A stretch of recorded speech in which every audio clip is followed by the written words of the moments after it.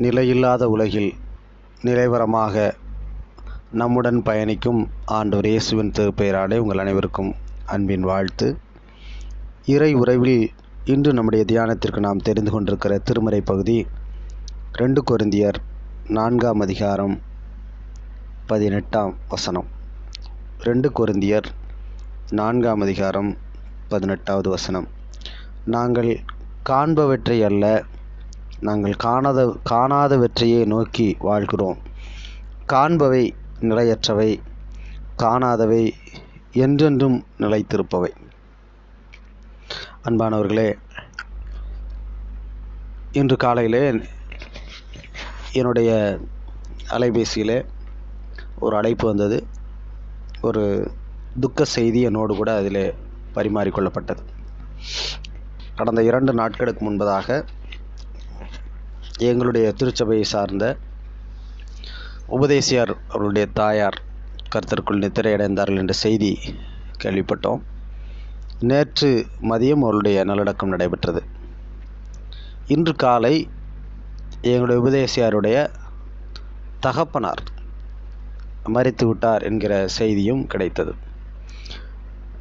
என்னுடைய பலவீனத்து நிமித்தமும் தொடர் பணிகள் நிமித்தமும் முதல் இறப்புக்கு செல்ல இயலாத நிலைமையிலே இன்றைக்கு 2வது இறப்பு நிகழ்வு நடந்துவிட்டது. இரட்டை இழப்பு என்பதை அறிந்து அதிலே பங்கு கொண்டு ஆறுதல் சொல்ல வேண்டும் என்ற ஆவல் விருப்பம் எனக்கு இருந்தது. ஆனால் சில காரணங்களால் அதிலே கலந்து கொள்ள இயலவில்லை. அதேபோல் இன்றைக்கு நான் முகநூலிலும் சில பதிவுகளை பார்த்து கொண்டிருந்தேன். அப்பொழுது உலக சிறப்பு மிக்க பாடகர் எஸ் பாலசுப்ரமணியம் அவருடைய மறைவு குறித்தும் அவரை அடக்கம் செய்த இடம் எவ்வாறு காட்சியளிக்கிறது என்பதை பற்றியும் ஒரு பதிவு போடப்பட்டிருந்தது. உங்களில் பலர் அந்த பதிவுகளை பார்த்திருக்க வாய்ப்பு இருக்கிறது.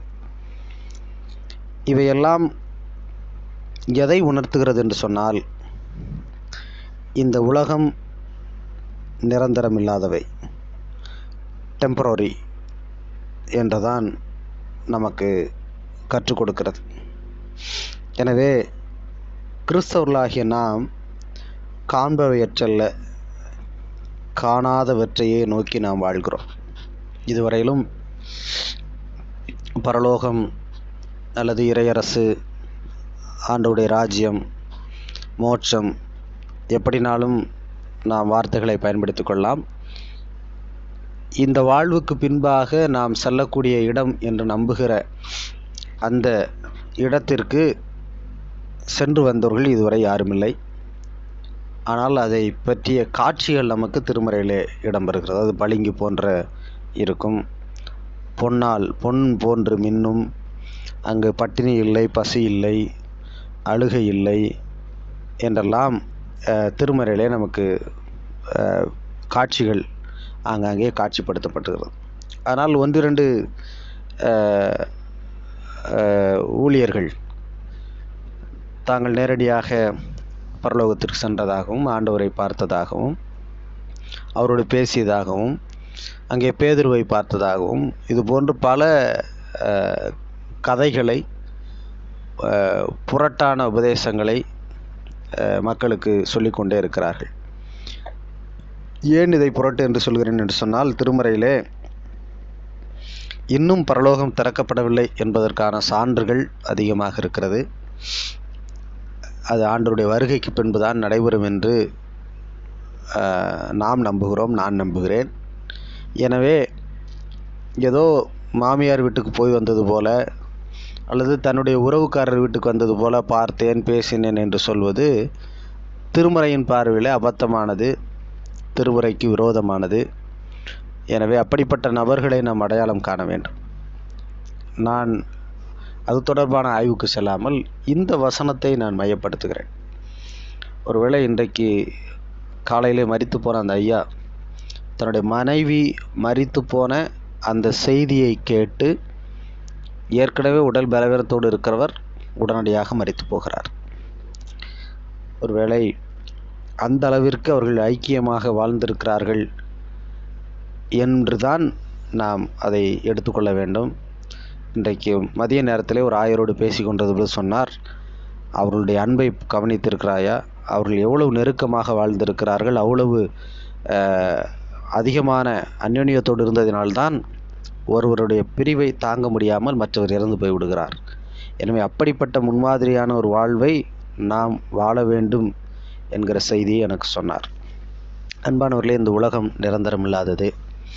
ஆனாலும் நாம் இந்த நிரந்தரமில்லாத உலகத்தில் இருந்து கொண்டு நிரந்தரமான ஒரு உலகை, நிரந்தரமான ஒரு வாழ்வை அடைவதற்கான பயிற்சிகளிலே, முயற்சிகளிலே நாம் ஈடுபட்டு கொண்டிருக்கிறோம்.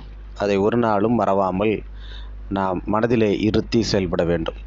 இந்த 2020ஆம் ஆண்டிலே கொரோனா தொற்று உலகெங்கும் ஆட்டி படைத்திருக்கின்ற இந்த நிலைமையிலே 9 மாதங்களும் கடவுள் நம்மோடு கூட இருந்திருக்கிறார். மாதத்தின் நிறைவு நாளிலே நாம் நன்றி நிறைந்த உள்ளத்தோடு கூட கடவுளுக்கு நன்றி சொல்லவும், நாங்கள் காண்பவையற்றல்ல காணாதவற்றையே நாங்கள் நோக்கி வாழ்கிறோம் என்கிற அந்த பவுலடிகளாரின் கூற்றுப்படி, காண்பவை நிலையற்றவை, காணாதவை என்றென்றும் நிலைத்திருப்பவை என்கிற அந்த நம்பிக்கையிலே காணாதிருக்கின்ற அந்த ஆண்டவர் காட்டப்போகின்ற அல்லது ஆண்டவர் இருக்கின்ற, ஆண்டவரோடு வாழக்கூடிய அந்த வாழ்வுக்கு நேராக நம்முடைய பணிகள் இந்த உலகிலே அமைய வேண்டும்.